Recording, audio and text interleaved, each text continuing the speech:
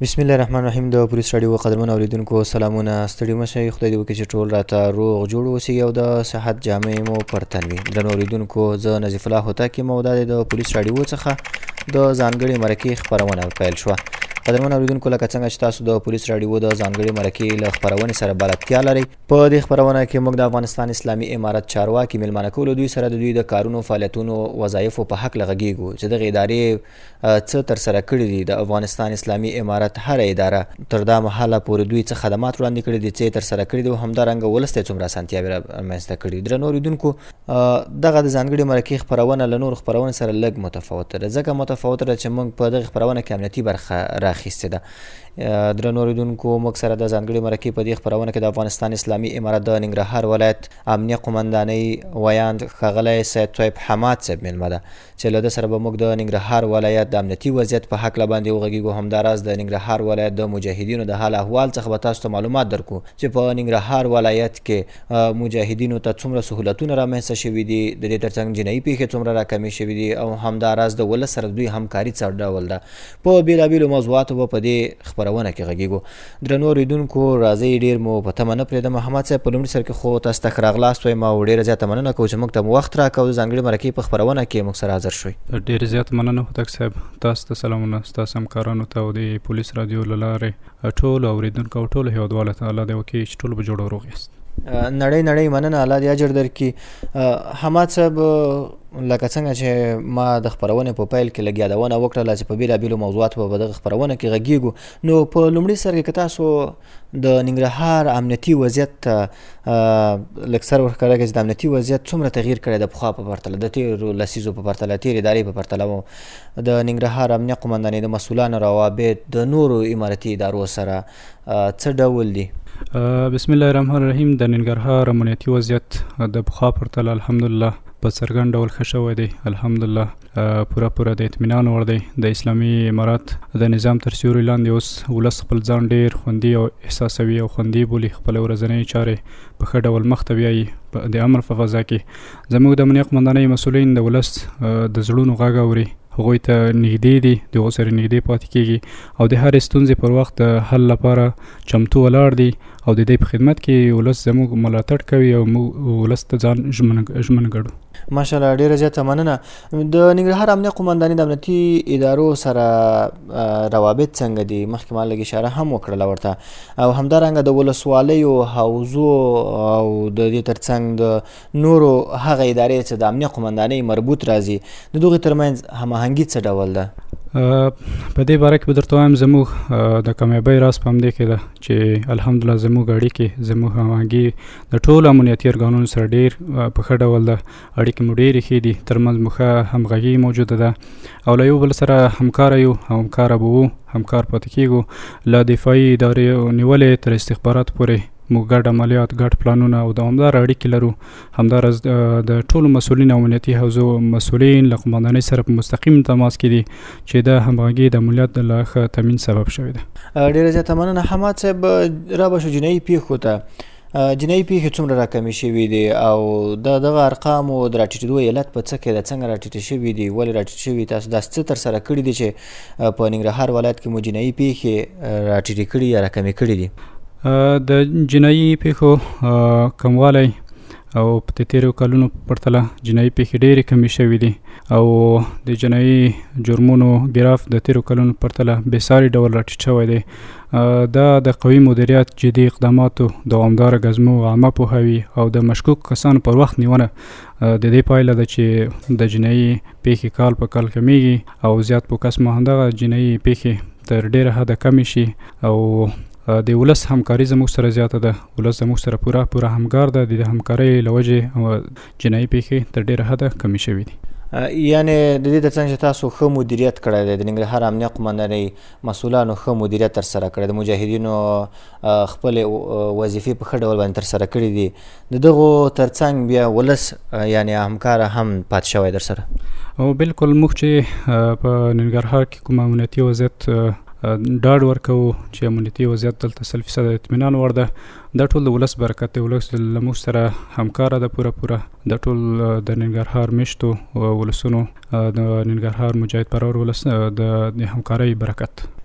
حماد صاحب تاسو د همکارۍ یادونه وکړله، آیا تاسو خپله د دې ترڅنګ د ننګرهار ولایت امنیه قمندانۍ ولسونو ته یا حوزو عام ولس ته شمېرې ویشلې دي د اړیکو دپاره، یا کومه پیښه رامنځته کېږي د دوی په سیمه کې، یا داسې یو څه مشکل دوی ته راپېښېږي چې په عین وخت کې دوی د تاسو سره مستقیمې اړیکې لري که نه؟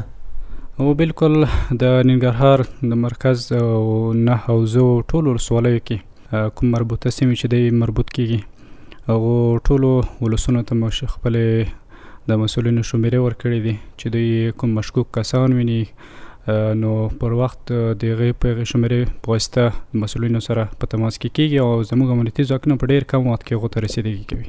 او همدارنګه د کورنیو چارو وزارت 119 فعاله شمېره ده، هغه دوی کولی شي د هغو له لارې تماس ونیسي او امنیتي ځواکونه پر وخت ځای ته ځان رسوي او د یو جرم مخنیوی به کوي. ډیره زیاته مننه. حماد صاحب، امیر المؤمنین حفظه الله تعالی په هیواد کې د سوالګرو راټولولو امر وکړ، لکه څنګه چې تاسو ته بهتره معلومه ده. دغه امر په ننګرهار ولایت کې څومره عملي شوی او د دغو بېوزلو کورنیو څومره لاسنیوی ترسره شوی ده او که نه ده ترسره شوی؟ او بالکل د امیر المؤمنین حفظه الله تعالی سپېڅلی امر موږ ته د مسؤلیت زنګ و.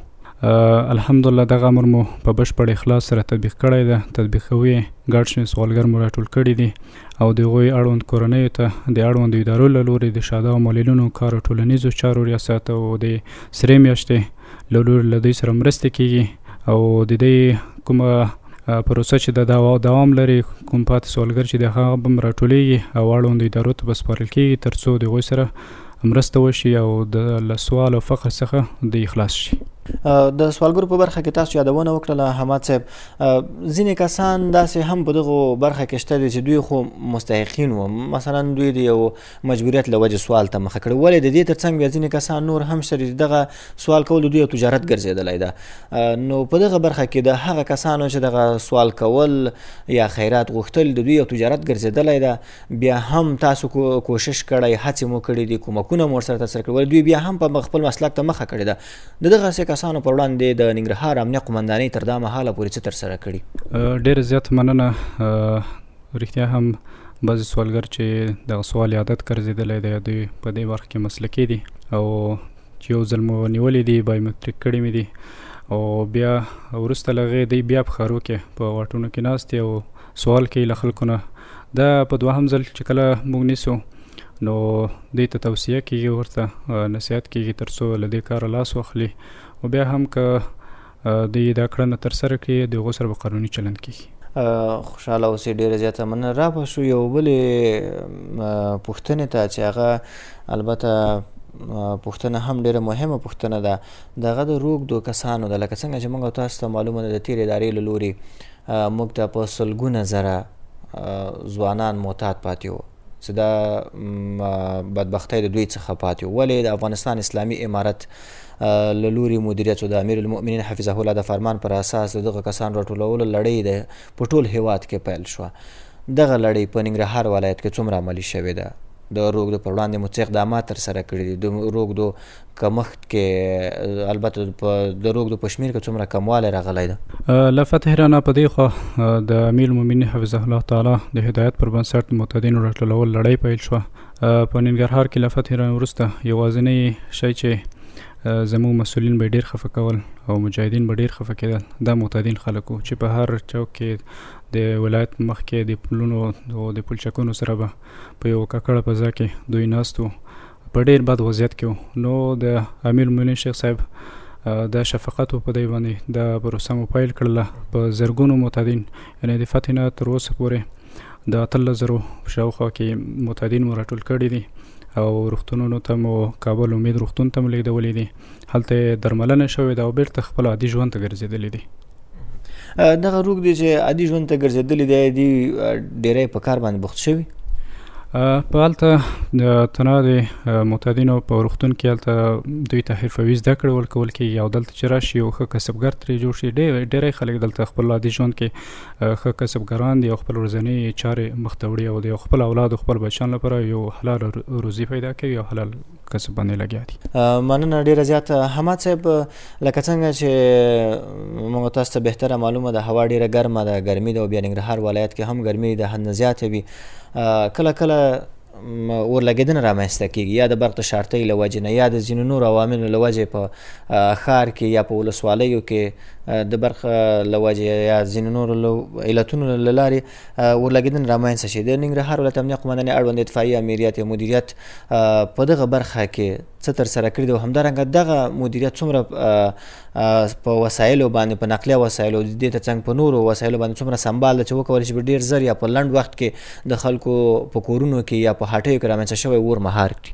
ډېره زیاته مننه. زموږ د اطفایي مدیریت ټول پرسونل الحمدلله خپل وظیفو ته خپل وظایفو ته په ډېر ښه آمادګي او په اسلامي وجیبه باندې دوی همیشه ورته آماده دي او هر چیرته چې ولګېدنه رامنځته شوې ننګرهار ګڼ شمېر پرنفوس ولایت ده او په خصوصا په دې وخت کې ګرمي زیاته ده، د برق ډېر زیات مشکلات یا ولګېدنې یو څه زیاتې وي.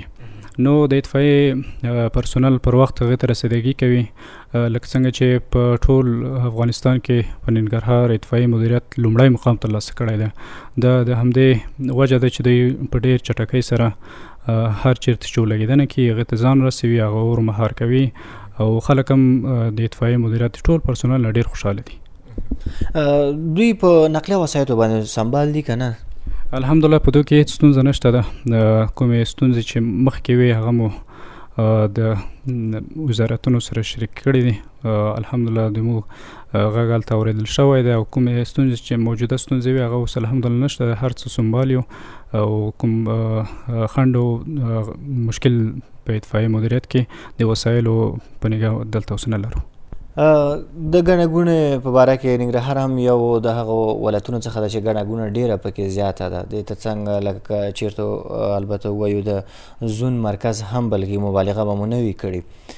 د ترافیکو مدیریت په ننګرهار ولایت کې څه ترسره کړي تر دا مهاله پورې، همدارنګه د ګڼه ګوڼو د ورکولو په برخه کې، کمولو په برخه کې یا د ترافیکي اشارو د نصبولو په برخه کې، د ترافیکي اصولو د قوانینو پلي کولو په برخه کې د ننګرهار ولایت امنیه قمندانۍ د ترافیکو مدیریت تر دا مهاله پورې څه ترسره کړي دي او په دغه برخه کې که اورېدونکو ته تاسو لږ معلومات ورکړئ. د ترافیکو مدیریت پرسونل هم الحمدلله خپل وظایف په ښه ډول ترسره کړي دي. د تېر اختر په پرتله 40 سلنه ترافیکي پیښې کمې شوي دي. دا د دوی د زحمت او د دوی د عامه پوهاوي چې په تر دې پورې زحمتونه ایستلي چې په غټو لارو باندې په عمومي لارو باندې دوی ټکر شوي موټر څلي جوړ کړي دي تر څو عامه پوهاوی شي او موټروانان دې نه عبرت واخلي او د زیات سرعت نه ډډه وکړي او هغه کنټرول کړي تر څو ترافیکي حادثات کم شي. او همدغه وجه ده چې ترافیکي حادثات کم شوي دي او وخت نه وخت د چک پوینټونه چې وي هر وخت لیسنسونه ګوري. لیسنس چک ده چې کوم عمر ماشومان او هغه څوک چې لیسنس نه لري د ترافیکي قوانینو سره بلدتیا نه لري دوی سره قانوني چلند کوي او الحمدلله خپل وظایف ته په ښه طریقه او په ښه لیوالتیا سره دوی ژمن دي. حماد صاحب تاسو د لیسنسونو یادونه هم وکړه، دې ته به بیرته راوګرځو، خو تاسو ترافیکي پیښو یادونه وکړه چې د تېر اختر په پرتله باندې 40 سلنه تقریبا راکمې شوي دي او دا د دوی د ښه خدمت یو نتیجه ده یا پایله بللی شو. نو حماد صاحب ډېری داسې ګڼه ګوڼې په ځینې څلورلارو کې ډېرې ګڼه ګوڼه وي، هېوادوال داسې دوی دا ادعاوې کوي چې دلته ترافیکي نښې نښانې نه دي نصب شوي. په هغه ډېری بالې موږ چې ګورو په ډېری سیمو کې نصب شوي دي. په دغه برخه کې به د ننګرهار امنیه قمندانۍ څه ترسره کوي، ترافیکو مدیریت به څه ترسره کوي په هغه ځایونو یا څلورلارو کې چې ترافیکي نښې نښانې نه دي نصب شوي؟ هلته تاسو څه پلانونه لرئ چې آیا په مکمل ډول باندې د جلال آباد ښار د ترافیکي اصولو سره سم برابر کړي؟ د ترافیکي نښ په باره کې به ووایم چې ترافیکي نښې مخکې په بعض څلورلارو کې لګېدلې وې چې هغه تخریب شوې وې. الحمدلله هغه اوس ترمیم شوي دي او په څلورو نورو چوکونو کې چې هېڅ ترافیکي نښې هلته موجود نه وې په هغو کې الحمدلله اوس نوې نصب کاري شروع ده چې هغه به په ډېر کم وخت کې ګټې اخیستنې ته وسپارل شي. او بله موضوع ما مخکې ورته اشاره وکړله چې لیسنس ته به راشو. د تېرې ادارې ته که چېرته وګورو لیسنس اخیستل یو ډېر اسانه کار و، ځکه په واسطه او په رشوت او په د بېلابېلو لارو چارو څخه اخیستل کېدل. د ننګرهار ولایت امنیه قمندانۍ ترافیکو مدیریت په دغه برخه کې څومره جدي دی؟ د فساد مخه یې څومره نیولې؟ د فساد مخه خو معلومداره خبره ده چې د امارت په راتګ سره یعنې د فتح نه تر دې وخته پورې فساد بیخي د صفر کچې ته رسېدلی ده هیڅ څوک فساد ته نه پرېښودل کېږي او هغه څوک هلته نه ګمارل کېږي چې هغه فساد وکړي، هغه څارل کېږي، هغه تعقیب کېږي، تر تعقیب لاندې ته جدي تعقیب لاندې دی. نو الحمدلله داسې ستونزه موږ د فساد په هلته په ترافیکو مدیریت کې چې یعنې د تېرې اداره کې هغه ستونزې وې او اوس الحمدلله هغه ستونزې په مکمله توګه حل شوي دي. اسلامي حکومت باندې په اسلامي رویه باندې په قانوني لارو باندې هغه لیسنس چې کومه 15 ورځنی کورس د هغه به سرته رسوي او خپل لیسنس به د قانون له لارې خپل ترلاسه کوي وي. دا ډېر د خوشحالۍ ځای ده. پاسپورت ته که چېرته سر ورښکاره کړو، حماد صاحب محترم، د پاسپورت اخیستل په لومړنیو کلونو کې ډېر سخته کار و. د اسلامي امارت په راتګ سره په لومړیو کې ډېر داسې مشکل و، که نه موږ تاسو دې نه معلومات لرو ټول هېوادوال په دې برخه کې د پاسپورتونو نه دوی ډېرې ستونزې درلودلې او همدارنګه دوی ډېر شکایتونه کول. په اوس وخت کې د پاسپورت په اخیستلو کې څومره سهولت رامنځته شوی دی د جلال آباد ښاریانو ته او دې ترڅنګ په عموم کې د ننګرهار میشتو ولسونو لپاره؟ رښتیا هم په لومړنیو کلونو کې د پاسپورت مشکل ډېر زیات و، خلک د دې مشکل سره مخامخ وو، خو اوس به الحمدلله پاسپورت اخیستل ډېر یو عادي کار شوی ده. دی کولی شي هر څوک چې تر 3 ورځې پورې خپل پاسپورت ثبت نام وکړي او پاسپورت واخلي، او هغه څوک چې عاجل مریضان لري او یا بین المللي تجاران هغه کولی شي په 1 ورځ کې ثبت نام وکړي او خپل پاسپورت کوم مشکلات چې هغه حل کړي او پاسپورت ترلاسه کړي. ډېره زیاته مننه. قدرمن اورېدونکو، موږ سره د ځانګړې مرکې په خپرونه کې د ننګرهار ولایت امنیه قومندان ویان ښاغلی سید طیب حماد صاحب میلمه ده. له ده سره به غږیږو، خپرونه لا پاتې ده، له موږ سره پاتې شئ. حماد صاحب، د ننګرهار ولایت امنیه قومندان د مرکز او د لرو پرتو ولسوالیو پولیسو ته څومره سهولتونه برابر کړي دي؟ د امنیه قومندانۍ لخوا نه یوازې مرکز بلکې ټول ولسوالیو پولیس ته د تجهیزاتو، ترانسپورتي وسایلو، یونیفورم او د استوګنې ابتدایي اسانتیاو په برخه کې لازم اقدامات کړي، لازم سهولتونه یې برابر کړي دي. موږ د خپلو اتلانو قدر کوو او د هغوی په قدر پوهیږو او هڅه مو دا ده چې د دوی لپاره لا خدمت زمینه برابر کړو. ګزمې چک پوینټونه مو څنګه دي او په دغه ولایت کې د کورنۍ چارو وزارت له لوري دغه کم یونیفورم چې ځانګړی شوی ده دغه دلته څومره عملي شوی ده؟ او همداراز که دا هم راته ووایي آیا په ننګرهار کې پولیس په مسلکي ډول روزل کېږي، نه روزل کېږي، دوی ته روزنه ورکول کېږي؟ په ننګرهار کې امنیتي ځواکونه شپه ورځ د ښار او ولسوالیو په ټولو مهمو نقطو کې فعاله پیاده، موټرسایکلداره، موټرداره ګزمې لري، 4 ساعته چک پوینټونه لرو. د کورنۍ چارو وزارت له لوري کوم ځانګړی یونیفورم چې موږ ته راکړل شوی دی مو د پولیس لپاره هغه مو پلی کړی ده او اوس مو پولیس په دې رابطه هیڅ نوع مشکل نه لري او 100% په یونیفورم باندې دي. د یونیفورم په رابطه کې هیڅ مشکل اوس نشته ده او زموږ پولیس پر دوامداره ډول په مسلکي، اختصاصي او عقیدوي زده کړو په دلته ښوونیز او روزنیز مرکز لرو د زون په سطحه د 4 ولایتونو سره چې د زون په سطحه دي. دغونه پولیس دلته خپل اختصاصي، عقیدوي او مسلکي زده کړې کوي او جامعې لپاره خدمت ته وړاندې کوي. ډېر ښه.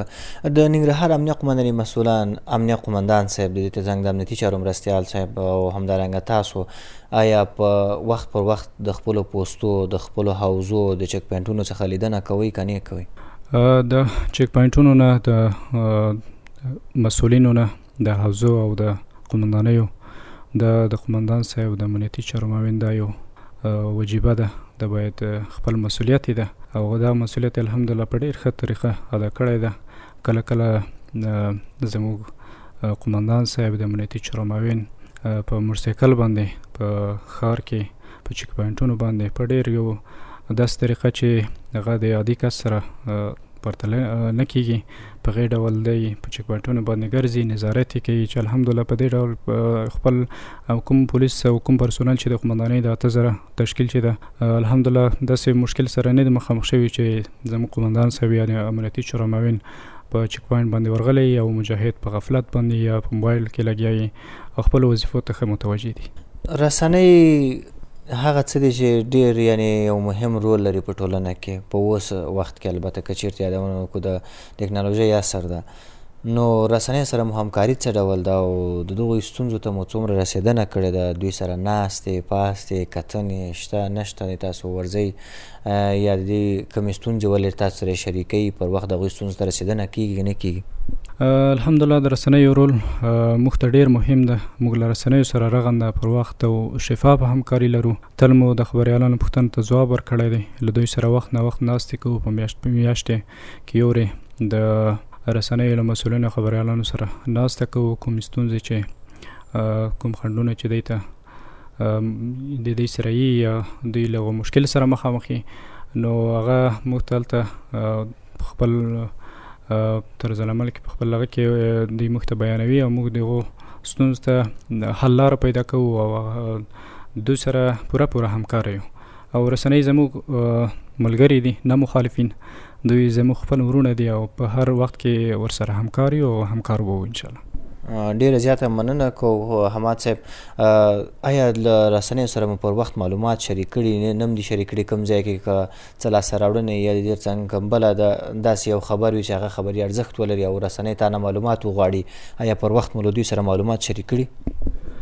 د رسنیو سره پر وخت معلومات و رابطه کې به ووایم چې د دې سره کومه ناسته چې موږ کوو په دې کې همیشه ما یادوري ورته کړې ده چې که شپه وي که ورځ زه دلته د اتو نه څلور رسمیت نه لرم. زه شپه ورځ رسمیت لرم او د رسنیو کار همدغه ده. د یو ویاند وظیفه او طرز العمل هم دغه ده چې 4% به دی خپلې وظیفې ته ډېر متوجه ډېر به حساسي او الحمدلله داسې وخت راغلی دی چې د شپې 1 بجه 12 بجې د سهار د لمانځه نه تر مخ یعنې تهجد په وخت کې په هغه وخت کې دوی د ما سره رابطه کړې ده او زه د دوی ته وروتلی یم.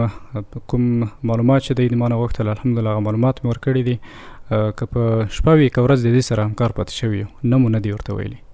ماشاءالله الله پاک مو خدمتونه قبول کړه. ډېره زیاته مننه کوم. ډېره زیاته مننه کوم حماد صاحب. خوشحاله اوسئ. الله پاک مو خدمتونه قبول کړه. نو وخت به رالنډ البته پوښتنې به رالنډې کړو. د تر څنګ په پای کې مو پیغام څه ده ولسونو ته څه ویل لرئ خصوصا په ځانګړي ډول د ننګرهار ولایت ولسونو ته مو پیغام ویل څه دي؟ ډېر زیات مننه هوتک صاحب.